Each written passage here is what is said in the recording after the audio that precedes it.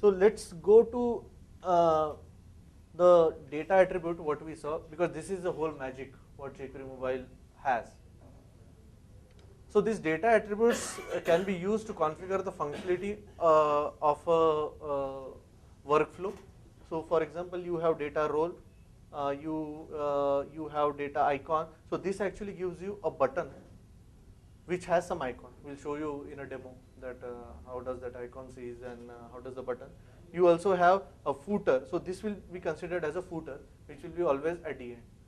Okay. So when you give all these data roles, jQuery Mobile internally puts those CSS classes to these divs and convert it into a normal HTML syntax. Okay, which can also be customized by giving your own classes. Right. Only difference there is, you might have heard in CSS there is something called important. Right? Yes, precedence. So which will actually override the native CSS. So that you need to give for every CSS class you write for customization. Okay. You also have data. Yes, but apart from i6, everything like i7 and i8 does that. Right? And anyways, on i6, the jQuery mobile application or any web application will not work. Right? And Microsoft has also stopped supporting i6. But yeah, actually that was a good point. I missed it. Also, data role attribute tells the jQuery mobile what functionality to add.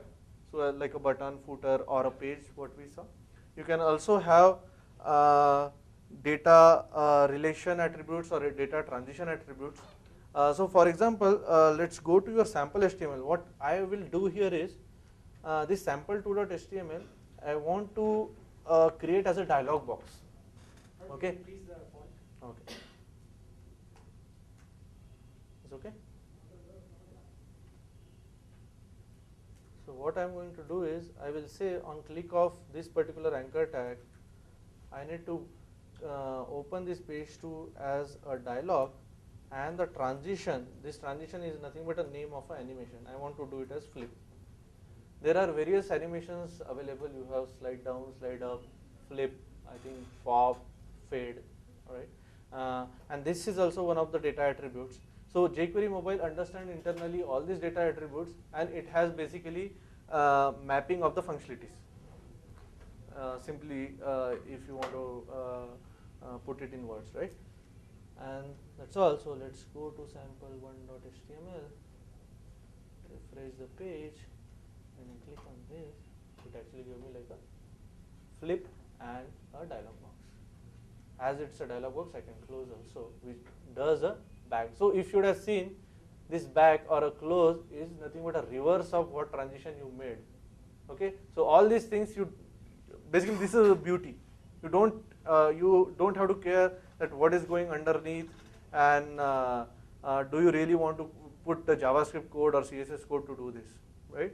You can also override the themes for your HTMLs, and so it just knew how to go. It has a history of the page, maintains the history. Yes. So HTML5 history concept, and it actually supports this history, and it also knows when you are going back to. So if I had N level deep RP, it yes. just keep going back. Yeah. So in our what? Who will clear the history? No, the application itself knows about the history itself, right? That is fine. Say I'm using that, I create a 500 page application. Obviously, it's consuming some usage of the memory is being used for storing. No. This memory is a JavaScript array. So JavaScript array inside has name of the pages. Whatever it is, at some point you escalate that size. I mean, keep increasing it. So how much you think? Exactly. So that means that at some point of time it would clear it, right? But actually, yeah. So JavaScript is a refresh of the page will clear. Yeah. So basically, if you refresh on a home page also, it clears everything. Yes. And any other, maybe even there must be some API to clear it. I don't know the API. Maybe history.clear can clear it. So this is the same concept that is used in Google WebKit. Okay. If you use the Google WebKit as a framework for designing web applications, they also have maintained a history class which you can use for, but again the clearance takes place on certain specific events. Okay. So that's why I was asking who will clear that. So I think history.clear or refreshing a page may but I'm not sure about Refreshing mode because it's a JavaScript. Yeah. It's all clear. think so. Because then if you are refreshing, then it will start from a scratch and create again the what you say queue of all the pages in the history array or something like that. May not be relevant, but when you press F5 and Control F5, there is a difference in the way it clears. Oh, is it? Yeah. Okay. It's like I face some issue. What's the difference? There is a difference in the number of parameters that are cleared up if you do F5 and Control F5 Oh, is in it? some browsers. In most of them. Yeah. That's interesting. Yeah, And do we know which basically attributes got cleared by looking at some? Basically refreshes your page, whereas Control F5 deletes the history as Yeah. well. Which history? The browsing history. No. History in a Session Session history, which is local to the browser. Like, Yes. It Actually, is we at can a try level that. which is Session local. storage. Okay, that's interesting. Okay, so as we have seen the data attributes also, to look at the complete single page template, this is what is our template. So you have a doc type, you have the head section in which the order in which you need to put the mandatory files. So there is a minified CSS file for jQuery Mobile, then there is a JS file, and then there is a minified JS file of jQuery Mobile. Okay, the order matters here because depending on the order itself, you have a presentation layer, then you have a jQuery JS file inclusion which actually supports the APIs for the jQuery Mobile. Okay, now you can also write your own customized JS file which is doing further behavior for you, like creating some objects or doing some transition by yourself, or like the API examples we are given, like change page or something like that, right? And then you have a body tag where you have a div which has a data role page, and this is section for header, content, and footer. Header, footer, nothing is mandatory. Even if you don't give, it won't crib out. Even if you don't give content, it won't crib out. You have a data role page, and it basically looks at the first data role page in your HTML component and displays that. And when it displays, it actually gives a class name as UI page active, which has a display block and overflow visible. Okay, who knows a CSS attributes more in details, you can understand. Basically, it just telling a browser, show this div, that's all, right? What is the size of these different files, 3 files? What is the combined size? So combined size is, I think this one may be 5 KB or something. This is a 12 KB file. Minified JS is 12 KB. So now we can actually go to the phone book application what we created, right, and just see how it works, and so that we can resemble what we have learned and talked till now. Okay. So if you see, there is a simple phone book application which has a header, we saw, which has a button, data role as button and data icon as plus, right, and you have a list view. So all this also a data role. There was a page, when you said page, the header used to come with a. Yes, this is the one. Header or This is a is page? no, this is the header. This is the header. Yes. So basically, all this code will be in one div which has a data role page, right? I can view a contact phone number. I can edit. Let's say I say Mark 1. I say 8. Save. It automatically goes as it knows the history. I can also add a new one. I can say, let's say,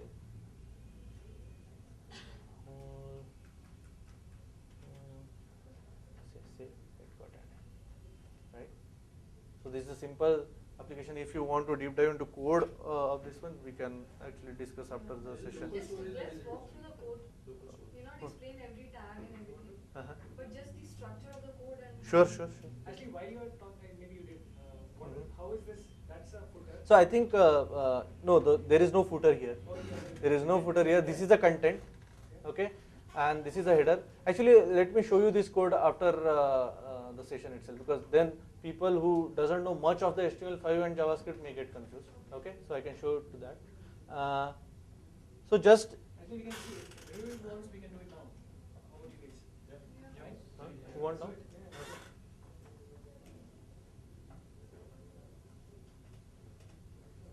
There's a bunch of code. So This I'll whole tell you. application is this? Yes, so let me tell you. How So many lines in this application? One single file in this? yeah. So this is just one single file which have all the div which has data role pages. Multi-page template? Yes. Okay. Right. So this is basically a data role page. First one home page, which has one UL whose data role is list view, where you are seeing all the contacts. Okay, but internally we have written a JavaScript which actually puts the LIs in these ULs, right? And that JavaScript is in one phone book.js. Actually, this is a jQuery code which has a list of some predefined array of key value pairs, which is name and phone, and it putting it in the UL, and that is doing in fresh. Is that JSON objects? Yes, that itself is a JSON. You can say JSON object or a literal object or an array, right? So the widget that is created Mm-hmm. that we see, The list view. this is just by specifying data role or? Yes.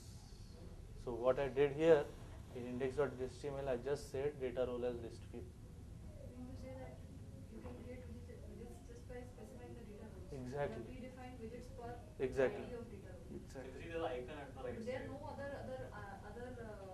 tags for creating widgets. Let's say if you use the widget framework, you have certain template libraries, right? Mm-hmm. Certain frameworks. Which one? Let's say, give me an example.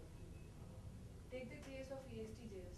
Okay. In that case, you have to give simple divs and then you have to write some code for Exactly, creating, exactly. like That. new Mhm. EXT.js dot Mm, text box right, or right, whatever, right. and then you Yes. put all the configuration inside it, and that's how you create a widget inside it. Yes. I mean, basically they have their own tag libraries or associated JavaScript. The UI widget libraries and But everything. here it's just simple usage of data role, and Yes. data role as an attribute is only specific to jQuery Mobile. Yes. That's what. If you want to, let's say, have a web application which you want to convert into a mobile web application, it will be difficult with a jQuery Mobile because it has its own markup-driven language, right? So if you want to create web application from a scratch, jQuery Mobile is the way to go. Okay. Also against with let's say Sencha Touch, which actually uses EXT.js, they expect everything to be done through programming. It is a programming-driven language, a JavaScript programming-driven language. This is a markup level language. The same thing, list view widget. There I have to go to JavaScript and use their Sencha APIs. To let's say create list view or something like that. object. Yes. Plus you need to specify the size, the data. Yeah, I know. And you have to So this Yeah. definitely looks Yes. easier. But to the contrast, actually, there are some widgets like, for example, charts, right? If you want a heavy web application which are like a charts with a canvas and all, then you have to use Sencha Touch because it has inbuilt support. But here you need to write plugins for jQuery Mobile to do that. So they come with a list of predefined roles. Now you can maybe have How some big is plugins. that list? How rich is the widget list?